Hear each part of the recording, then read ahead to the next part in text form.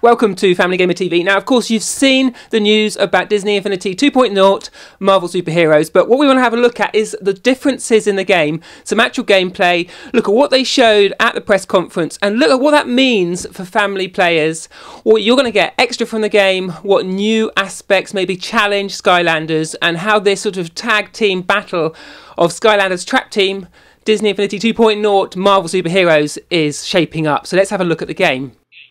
So here we are, the first chance to look at Marvel Superheroes at Disney Infinity 2.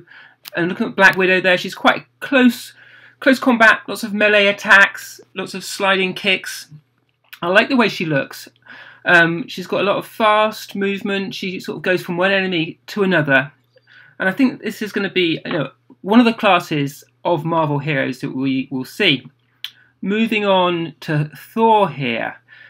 Of course, much more powerful, quite a different style, more of a brawler than anything else.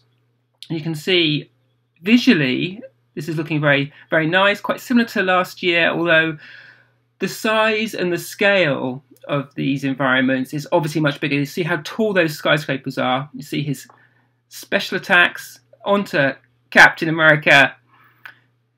Of course, one of the main members of the Avenger.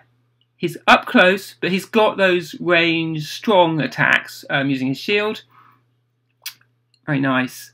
And you can see the environments here. There's particle effects. There's lots of swipes and motion. It feels like this looks better than we've seen for previous years of Disney Infinity. Of course, range characters are important too. Now you can see these bow attacks give him a much greater advantage because he doesn't have to get up close to the enemies. You've got some explosive bow attacks there. He can get close and do the kicks. It has that same sort of rapid attack motion. It reminds me a bit of Dash from The Incredibles. And again, Hulk at the end. Nice sort of scream attack as he rips up the pavement with his shouts. And you can see the environment really responding to his moves. Getting through the enemies by just sheer brute force, and he's got those charge attacks, and again looking really nice in Disney Infinity 2. Now as we leave Hulk here, we're going to get onto I think one of the most significant changes this year in Disney Infinity 2.0, and that is this upgrade tree. You can see there's a whole wide variety of upgrading, and you've got that sort of choice that you saw in Skylanders before brought into Infinity. So rather than the sense of a linear progression, you can pick the exact things you want to upgrade about your character, whether that's movement, combat, strength, or other stat upgrades. So let's move on from this to looking at the toy box side of the gameplay. And you'll see here as the world just builds up around us, that in the toy box we've got new brushes to make it much more easier to create some of the ongoing and connected areas that you need for some of your games. So there, that racetrack, very simple just to build, just with one press of a button. And of course then, some people want it really simple, and you have these builder characters that you bring into your toy box. You drop them in, and they move around on their own, and they decide what to build. They can see what needs doing, and they develop the world and make it change around you, so you're not stuck just making it on your own, but you have your builder characters, your little army of builders, developing the game in the way that you want it to develop. And it's a really nice way, I think, to make the toy box accessible to a much wider range of players. I know my kids will like this idea.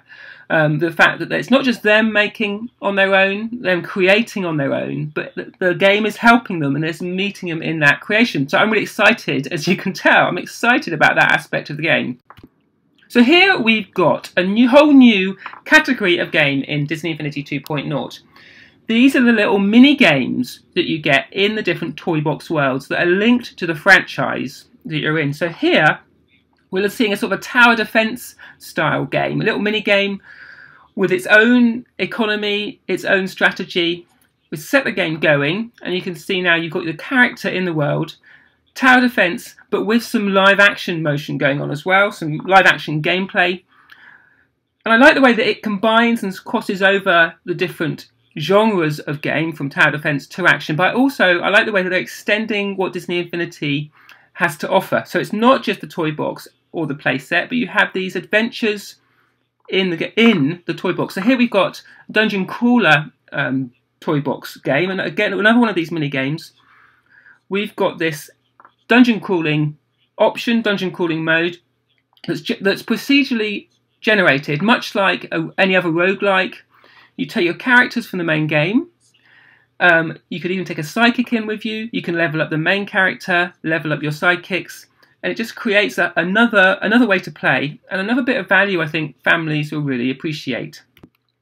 But what you can do then is take one of the templates of these games and edit it back in the toy box. So we're just going to look at a bit of footage now where they do this. So we're going to pull up a game, you pick a template, and then by moving this sphere around in this game world, because the logic's already there, because the game is already set up, we can move our sphere around the city. You create a set of challenges, and because the game logic is there, suddenly you've created your own game without having to get involved with all the detailed game logic, which at times my kids did struggle with. So you can see, set the game going, and it's a completely customized experience. I like that idea. I like the way that there's a blurring of the sort of boundaries between what Avalanche have created and what the game creates and what the user creates. So there you go. We want to hear from you in the comments. What do you make of the new enhancements to Disney Infinity 2.0? Do you think the toy box additions are going to be good?